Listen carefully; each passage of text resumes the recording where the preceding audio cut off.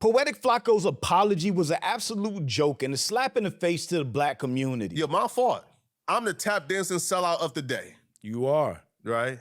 It's my fault, man. After being exposed for being an anti-black. And I hate these. That's just how the nigga mindset. Most Negroes don't see the long-term plan. Pro-MAGA Trump glazing. I enjoy and love Trump. White supremacist Nick Fuentes fanboy. Well, why I admire people like Nick Fuentes, Proud Boys, et cetera, they're upfront with their white supremacy tactics. And just being an all-around grifter that did nothing but shit on the black community. He then dropped the most unserious, disingenuous apology ever, while completely avoiding talking about all the things that he's been exposed for. I want to give the tap dancing sellout of the day award to Poetik Flakko. I'm not here to make a game day like decision on whether or not changing your mind is grifting or waking up is grifting.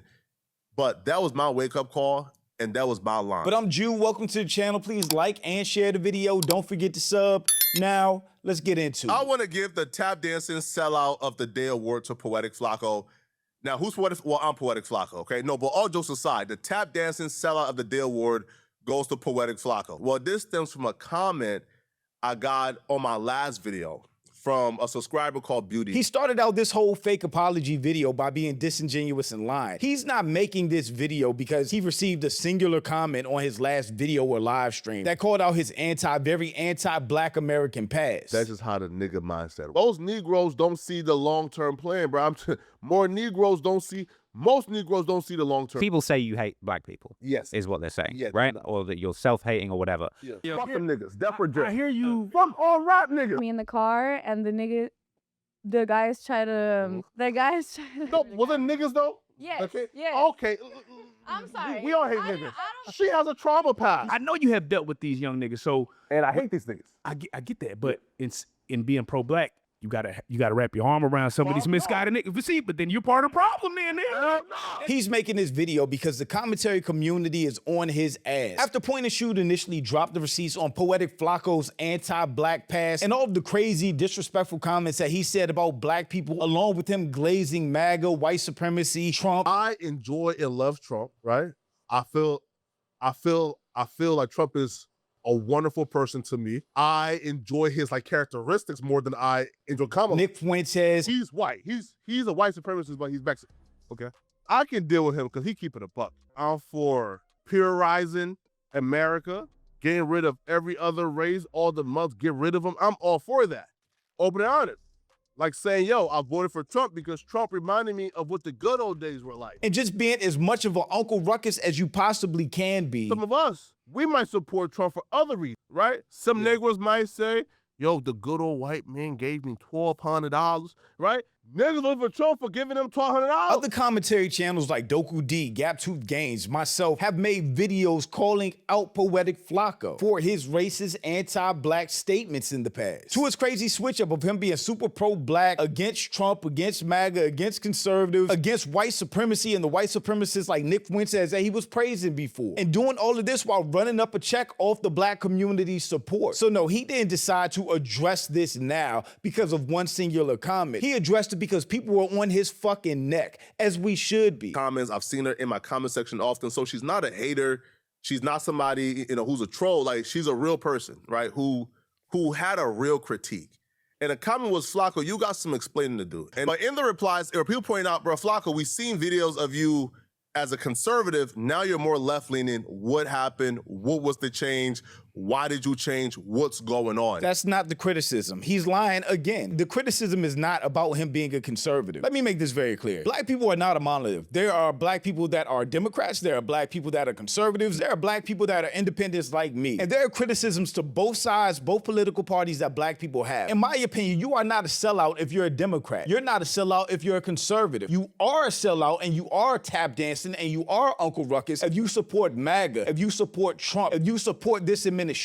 But just having conservative beliefs does not make you a raccoon or an Uncle Ruckus. And nobody was criticizing Poetik Flakko for being a conservative. People were criticizing him for supporting Trump, for supporting white supremacy, for glazing Nick Fuentes. Well, why I admire people like Nick Fuentes, Proud Boys, et cetera, upfront with their BS. They are upfront with their white supremacy tactics. For being disrespectful to the black community and being utterly anti-black. Those were his criticisms. And honestly, you can add in him being willing to sell out his people and sell his soul to the white man, which he was proud to admit on camera. So Adam sits, then I go and sit. And they ask me, bro, do you want to sell your soul? At first, I'm like, bro, I'm offended. Because why would y'all even ask? Damn right. Damn right, nigga. Damn right. Those are the criticisms that people have of him. But what he's doing right now is trying to gain fake brownie points by acting like he's addressing criticism, but he's not. He's only addressing being a conservative, which was never the criticism. It's very disingenuous. And I certainly feel like, one, nobody is above accountability. Two, nobody is above being called to the carpet and taking accountability.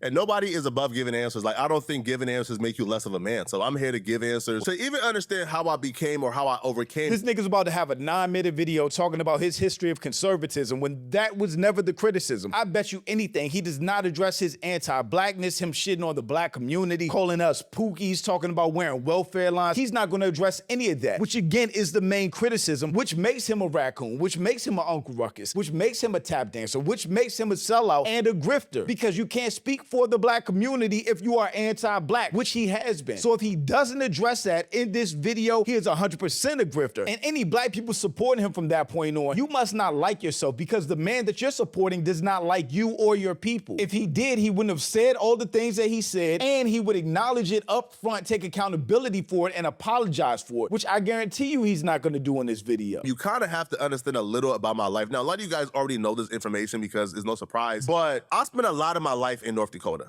right? And North Dakota is overwhelmingly conservative, is Republican, like mostly, like damn near everybody, like I know is conservative in North Dakota. It's one of those things where you don't really even think about it, even like certain quote unquote Democrats or conservative.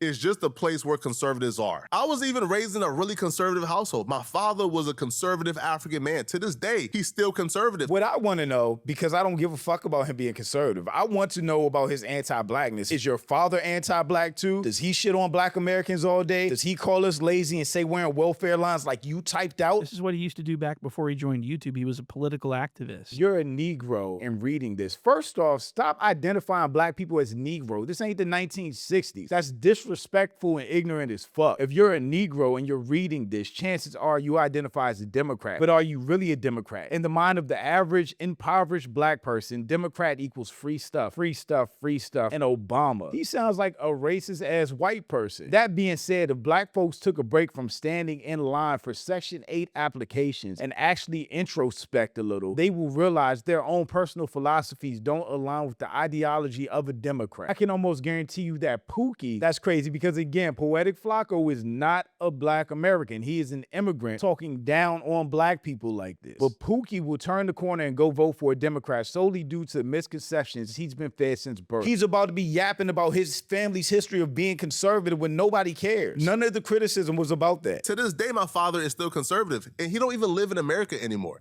My dad moved back to Liberia to work in the government, and he is still conservative. So that was what I was surrounded by, and I bought into the hype. I bought into the hype so much, I didn't even bother doing research. Like things like trickle-down economics, I just thought that was the gospel. Like now I know that's absolute nonsense and that's hogwash. But I bought it. I bought into things like grab yourself up by the bootstraps, things that are like, now it's nonsense, but I bought into it because that's what I was surrounded by. That's what I bought into. I didn't leave North Dakota, I think, until 2022 when I came to work for No Jumper. What does any of this have to do with anything? Even that, you still had the internet. Social media was still a thing. You could have Googled, you could have learned, you could have researched, you could have done your homework to inform your decisions and your biases. But you're telling me you didn't do any of that until 2022 when you got to No Jumper in California? And again, who gives a shit? Nobody's criticizing you for being a conservative. We're criticizing you for being an anti-black Uncle Ruckus sellout and a grifter, which is what you are based on this video and the previous ones. Me being conservative at the time was not something that I really hid, to be honest, right? I was on camera spewing the same nonsense, trickle-down economics, grab yourself up by the bootstrap, just being uneducated and not really understanding the history. These were things and policies that I actually thought work. My wake-up call for me was the rise of white nationalism. When I realized it's not about policies, bruh. Time out. This clown just said his wake-up call was with the rise of white nationalism. Keep in mind, the person that spearheaded that rise was Nick Fuentes with his Groyper movement. Nick Fuentes is one of the biggest names in the white nationalist, white supremacist movement. And that's the same person that Poetik Flakko was glazing and so giddy about talking to. Your opinion on white liberals, I believe that they're our #1 enemy. You're like repeating his talking points back at him. Who, Nick? And it just sounds like, yeah, you are. It sounds less racist. No one's going to call you a Nazi for saying the same shit that Nick said. He literally praised Nick Fuentes for his views, for him wanting everybody that's not white out of the country. He praised the Proud Boys for being racist and anti-black. So not only is he an Uncle Ruckus and a grifter, he's also a liar. It's not about policies. It's not about whether or not I believe tax breaks at the people at the top will lead to more job creation and then trickle down to people at the bottom. It's not about policies. That's when I realized it's not about policies. What I realized was these people believe that we don't belong. You were praising the people that believe we didn't belong. White folks care about crime so much, bro. They call the police, for example, on you, right? Yeah. Just by suspecting something. Yeah, right? That's true. Y'all get Some white folks calling the police just when they suspect something, bro. Only Negroes, yo. Only Negroes support crime. Praising them. These people believe that this country belongs to white folks, that this is a country for white folks and by white folks. Just in case you didn't see my video, this is how he talks about white people. Should he be proud to show off that white face? Yeah. That good white skin? That beautiful, white skin saying, yo, white lives matter? Yo, listen, I have white friends, I'm seeing that right now it's tough on white folks. They can't really say too many things. They're being oppressed. Freedom of speech is being taken away. Yo, white lives matter because I rock with my white friends. I got no problem. The good white man look him and like in his eyes and say, yo, 104 years plus 200. He said the good white man. He sounds like Uncle Ruckus right now, verbatim. Ain't no nigga that close to white man business and still starving. Meaning this, right? Even the niggas with the most integrity who don't trust the good white man. You could literally close your eyes while listening to those clips and think you're listening to Uncle Ruckus from the Boondocks. And black folks do not belong in this country. And once I began to see that rhetoric rise more and more and more, that was my wake-up call. That was my wake-up call that I cannot align with these people. These people fundamentally believe that the white race is superior.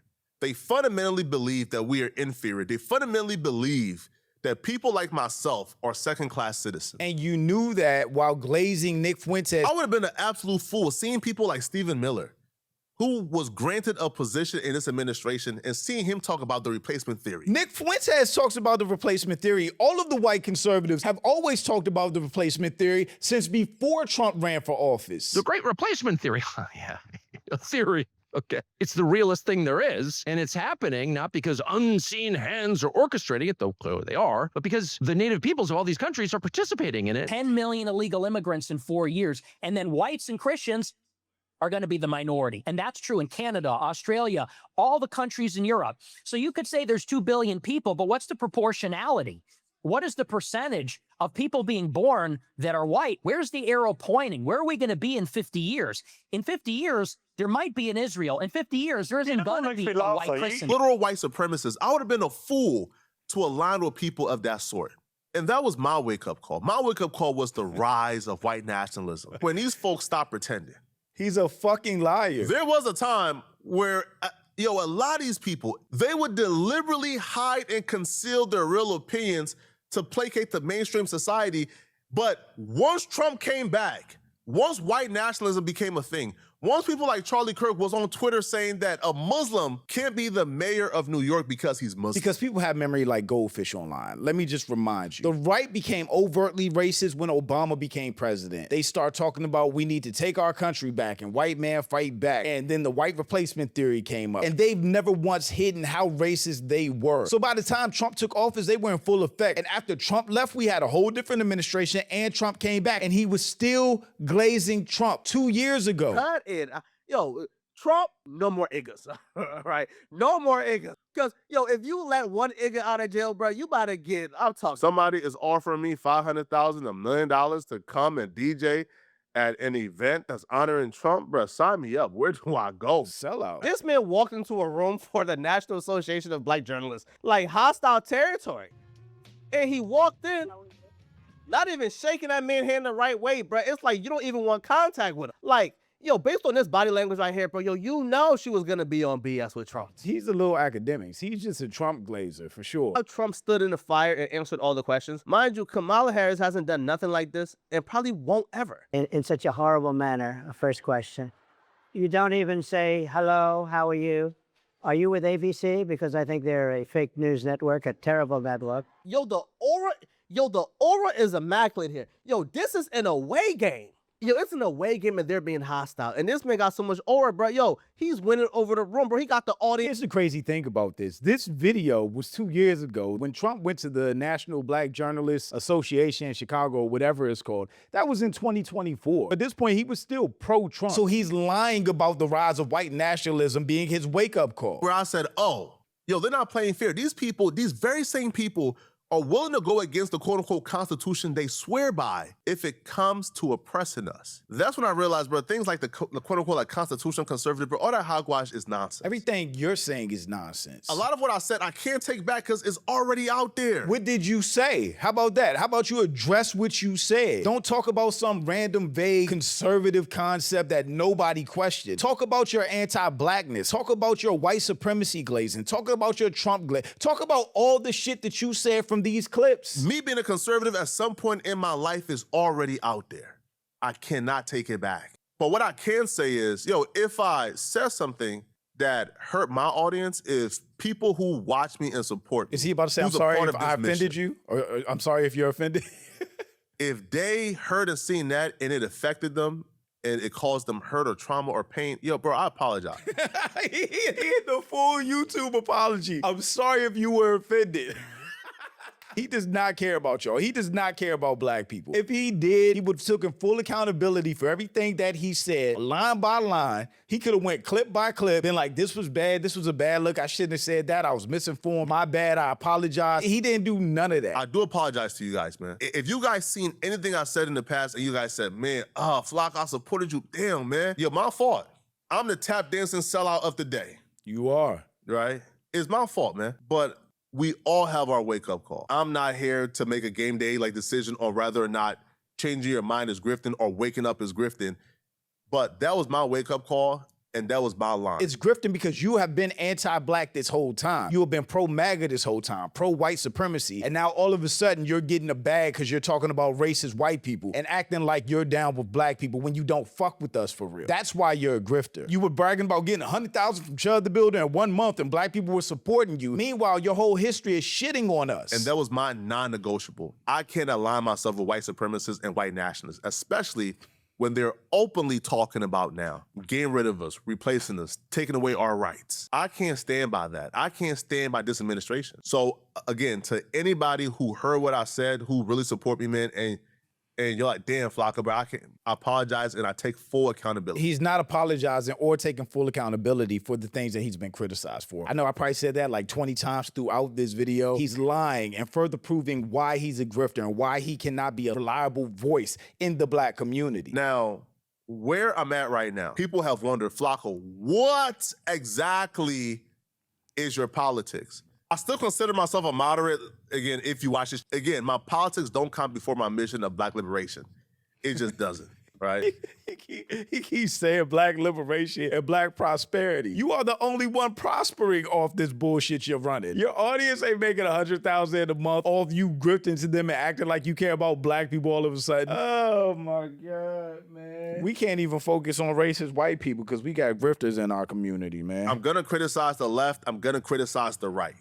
It's really that simple. However, my mission is to go against these people who are literally trying to make us second-class citizens in this country. And I'm gonna continue to criticize people like Chud the Builder. I'm gonna continue to criticize white supremacists and white nationalists. What is his criticism of Chud the Builder worth, knowing now that he supported a white man? It was hyping a white man up for saying the N-word, calling him the realest white dude ever. That's why I love Danny. I told you, right? This is why I think Danny is the greatest white boy ever. Because, like, for example, white boys who would, like, come here, you know, say, oh, my God, I'm so sorry, you know, Black Lives Matter type shit, right? Just bend over, right? He did agree to go to the neighborhood and do a toy drive. Danny's the white boy who gonna say, fuck all that, bro. I said it. I stand on the A. So the white person whose ass he's kissing is fallen YouTuber Danny Mullen. And Danny Mullen, a lot of his fame came from his outrageous behavior and his open use of the N-word. Just to get online now and try to criticize Chud the Builder for doing the same thing that he praised somebody else for doing. That's how hollow his words are now. His criticisms mean nothing. Because I understand the dangers of leaving that ideology to go unchecked. I understand the danger. There was a point where I bought into some of that. So I understand the dangers of that. He's keeping it real vague on what exactly he bought into and what exactly he's apologizing for. And that's not me making an excuse. That's me taking accountability. You haven't taken accountability. Right? But the mission is not going to stop. I wanted to get this out there because I owe you guys accountability. You wanted to get this out there because people were on your fucking neck. I kind of gave him the benefit of the doubt in the first video, thinking he would come back, address it, take full accountability, apologize, and move on, but he's refused to even do that. He's playing in our face. He thinks we're dumb. He's trying to sway his audience to believe that he's really sorry for his actions without ever really addressing his actions, and his own audience isn't buying it. The first comment up here, Flakko the Builder. Somebody else acknowledging his past. Boy, when Flakko first came out, this fool used to sound like Officer Tatum. That's a crazy comparison, but very accurate. Uncle Ruckus Flakko. Nah, Flakko, you was talking greasy as hell. The more people dig, the more they'll know this is not an apology. It's over. This absolutely wasn't an apology, and it shouldn't be accepted by anybody. I'm actually surprised to see this many comments. There's people standing on black business against Flakko. Nah, dog, it's a hell nah for me. And to my point exactly, being conservative is one thing, but saying you admire Nick Fuentes is a whole different thing, which goes back to the real criticism. He tried to whitewash this like people were mad at him being a conservative when that was never the case. Bro never argued policy. He was literally Uncle Ruckus like 6 months ago. I think that's the other thing, is how recent all of that shit that he was saying actually was. It wasn't like it was 10 years ago. They were from his no jumper days and up until probably like 6 months ago. You're an alien to the culture. You're doing your best to imitate a decent human being. But even this video comes all slimy. I'm glad more people are seeing you for you. Flakko thinks we're all stupid. He didn't address anything. All of a sudden, it's about policy. You mean you saw the money and switching sides? Correct. That's exactly what it was. And the last one I'll read still sounds disingenuous because it 100% was disingenuous. And while his channel is big enough to maintain itself, it will continue to be a success. People are waking up to who Flakko is and just tapping out of supporting his channel, which is how you see him losing 1,000 subs in a day. Flakko had the opportunity to address all of the old footage, all of the things he said and wrote about black people, about supporting MAGA, Trump, Nick Fuentes, white supremacy, and he chose instead to not take accountability, to not address any real criticism, and to sway the argument into something he was never criticized for. Real slimy snake grifter shit. Any black people supporting him from this point on, just know you're listening to a very disingenuous person that does not care about you or your community. But shout out to my channel and Patreon members. Thank you so much for supporting, and thanks for watching. Y'all let me know what you think about all this in the comments. Also, make sure you check out the next video, and don't forget to follow me on Instagram for behind the scenes and life stuff, and I'll catch you next time. Peace.